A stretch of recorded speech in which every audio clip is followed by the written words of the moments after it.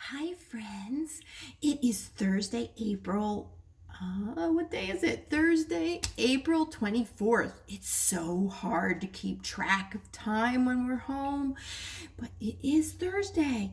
So, this week's theme for Children's Corner is water play for sensory. So I wanted to give you some different ideas that you can use for water play. So I got together things I had around the house because remember, I don't have little kids living at home anymore. I only have big kids. So I got together some things that I have around the house that you can use for water play. Of course, the bathtub is the best place for water play. Less mess. Also outside, it is raining. I don't know if you can see outside that it's raining, but it's raining today, so I'm not going outside. It's a little chilly, but on warm days, it's a good time to do water play outside. Because also, parents, I understand you don't want a big mess. So this probably would be a big mess in your house as long as it's not in the bathroom or the bathtub. But say your kid is having a moment and wants to have some water play.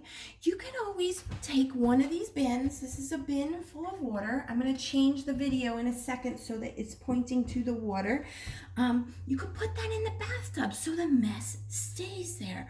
But here's some ideas of what to do with the water. So now you won't see my head, you'll only see my body. So I have my bin of water. It is plain water. Maybe you want two bins. Maybe one has warm water and one has cold water, and you can play the difference with your kids. Talk about the difference. This is warm, this is cold. So my water has nothing in it yet. Right now it is just plain water.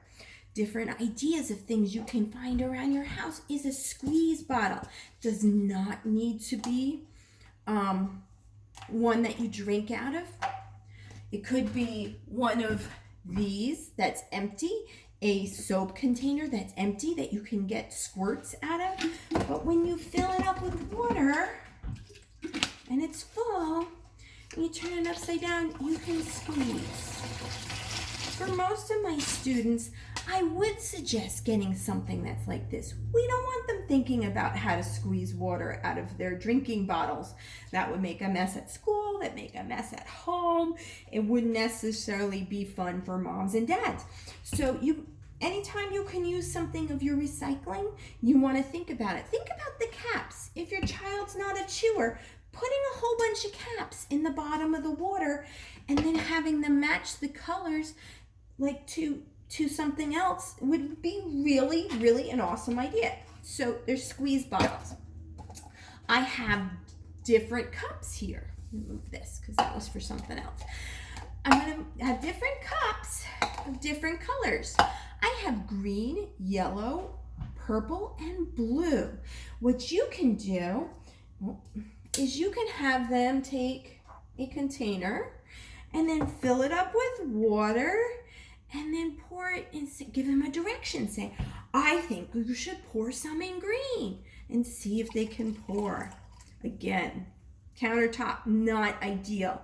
You could put these cups inside the container as long as you put a little water in them. So you can make that fun as well.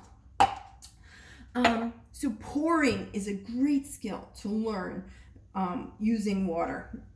You can also use a spoon and mix and stir. One of the greatest things is if you put a little bit of soap in and you have them mix it and make bubbles.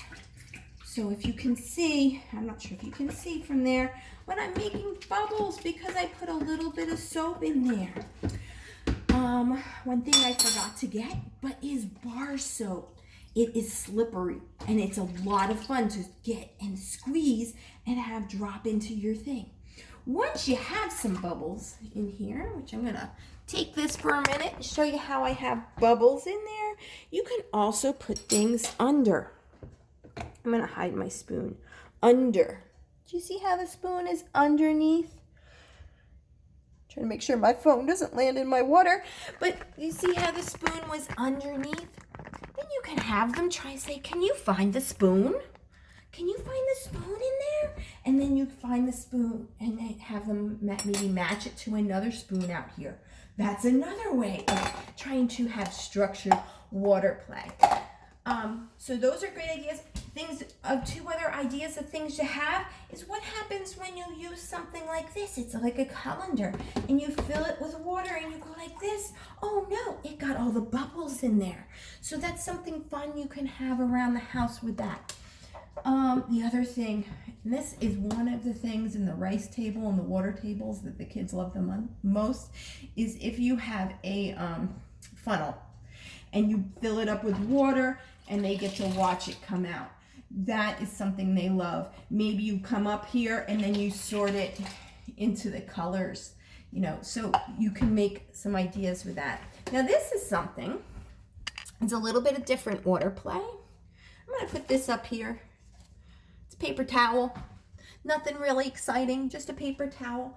And I'm going to take a paintbrush. Now, when I was a kid, we used to have a pail similar to this one. This one's from Hershey Park. But we used to have a pail similar to this one at my preschool. And I remember doing this as a kid, where we would get paint on our paintbrush, and then we would paint on things outside. Cement is awesome.